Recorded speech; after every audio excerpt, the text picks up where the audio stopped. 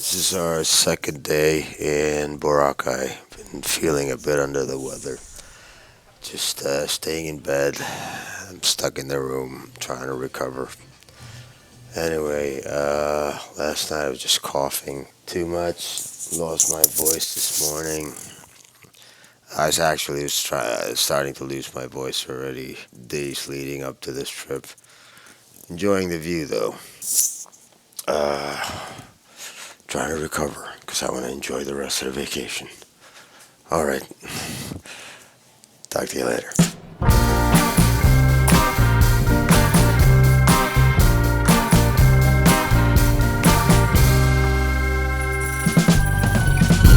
Everyone, so we just got back from Boracay and we're back here in Manila now. I figured I'd sit down and share a little bit about our trip because overall we had a really good time, even though things didn't exactly go as planned.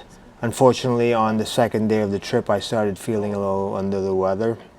Nothing serious, but enough that I didn't really have the energy to do all the activities we originally had in mind. So instead of trying to force it, we decided to take things a little slower and just enjoy the island at a more relaxed pace.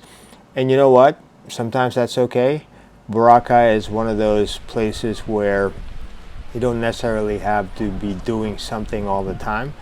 You know, every minute that you got to be doing something. Sometimes just being there is enough.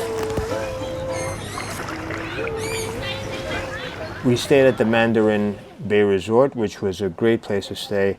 The location was perfect because it was right by the beach, so whenever we wanted to take a walk along White Beach, everything was right there. Right in front of the hotel. Perfect. One thing I really enjoyed was just spending time by the pool sometimes. You know, there were a couple of afternoons where we'd sit there with a drink, relax, and enjoy the atmosphere. Sometimes when you're traveling, those simple moments end up being some of the most enjoyable, actually. Of course, we also managed to eat some really good food. One place we visited was Sensei. We ordered pizza, pesto, pasta, and lumpia, which might sound like a funny combination, but everything was delicious. The pizza was great, the pasta was excellent. We also ate at Jerry's Grill, which is always a solid choice if you're craving Filipino food. Good food, great atmosphere, and one of those places where you know you're going to leave happy and with a full stomach. One evening, my wife and daughter decided to go over to Henan restaurant to have dinner. Meanwhile, I was still trying to recover a bit, so I stayed back in the room and ordered room service, which was not bad. Not exactly the exciting vacation activity I had planned, but sometimes your body tells you to slow down and you just have to listen. The good thing was that my wife and daughter really enjoyed their dinner and I got some much needed rest.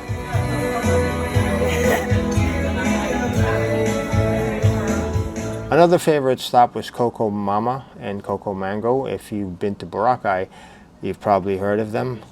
They serve coconut-based desserts, organic ice cream, coconut mango combinations, and all kinds of refreshing treats that are perfect for the island heat.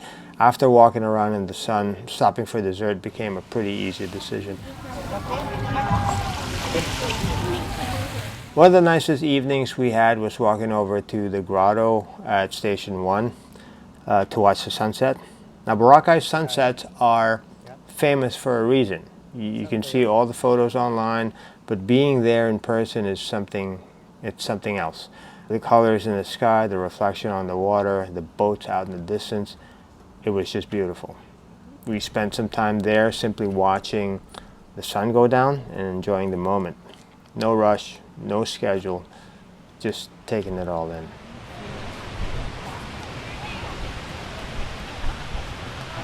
Since we weren't doing a lot of water activities because I wasn't feeling 100%, we decided to hire a private e-trike for a 3-hour land tour around the island. And you know what? I'm glad we did. It gave us a chance to see parts of Boracay beyond White Beach. Our first stop was Lugutan Mangrove Park. It was quiet, peaceful, and a completely different side of Boracay than most tourists get to see. Walking through the mangroves and seeing the natural environment was a nice change of pace. After that, we headed over to Bulabog Beach. Now, if you've ever seen photos of the famous bent coconut tree, this is where you'll find it. And yes, we had to get our pictures there. There were also some really cool photo spots, including cave-like formations that made for some amazing pictures. Every stop seemed to have another opportunity for a great photo.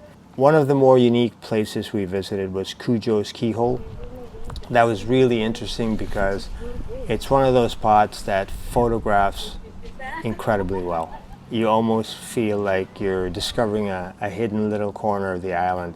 And then we made our way to Puka Beach. I really enjoyed Puka Beach because it has a different feel compared to White Beach. It's a little more laid back, less crowded, and the scenery is beautiful. One of the fun things we did there was have some of our photos printed right on the spot. It's funny because nowadays everything is digital, so actually holding printed photos from the trip felt kind of special. One thing I almost forgot to mention, and it's something that really stood out to us during our time in Boracay, was the people we met at the many of the sightseeing spots. Whether we were at Bulabog Beach, the Bent Coconut Tree, Cujo's Keyhole, Puka Beach, or some of the other popular photo locations, there were always local folks and even some younger kids, who were there, who offered to help take photos and videos for visitors. Now, I'll be honest here, at first I thought they would just snap a quick picture and hand the phone back to you. But man, I was wrong. These guys were incredible.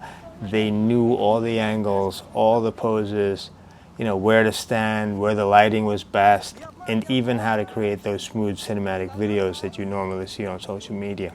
Family hug again, and then give me some I love Boracay. I love Boracay. Okay, then say bye. I was actually laughing because they would say things like, "Sir, stand here," Family, doon ka sa likod, sir. or "Ma'am, look this way," Ayaw, hold us from like this. or "Walk slowly toward me." And before you knew it, they were directing an entire photo shoot.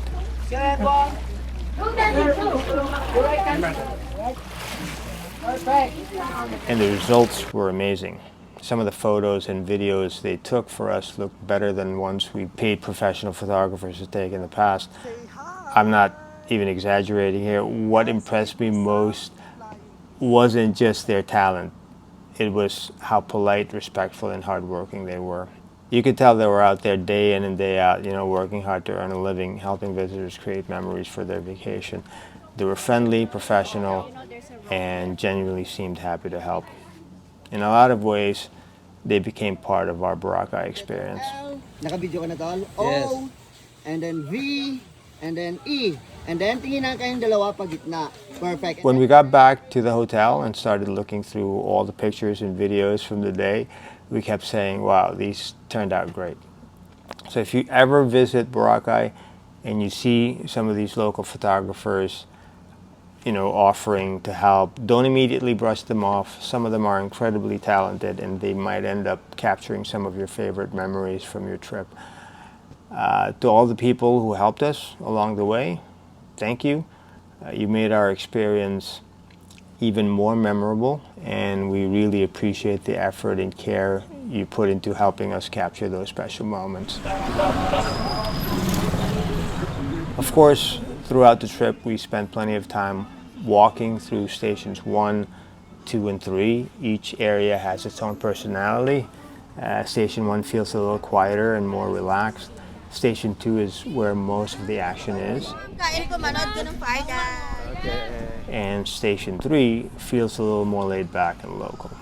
We enjoy just wandering around, checking out the shops, stopping for food, and taking in the atmosphere. Looking back, do I wish I had felt better and done more activities? Of course. There were definitely things we wanted to do that we'll have to save for another trip. But you know, that's okay. You know, sometimes travel doesn't go exactly as planned. You adapt, you know, slow down a little and make the best of it. And even with a few limitations, we still had a wonderful time. We got to enjoy the beach, eat some amazing food, explore parts of the island, watch beautiful sunset, and spend quality time together as a family. At the end of the day, that's really what matters. Boracay is still one of the most beautiful places, you know, we visited, and even though this trip didn't go exactly according to plan, it gave us plenty of great memories. And who knows, maybe that's just a good excuse to come back again. Anyway, thanks for watching, and I'll see you guys in the next video. Take care.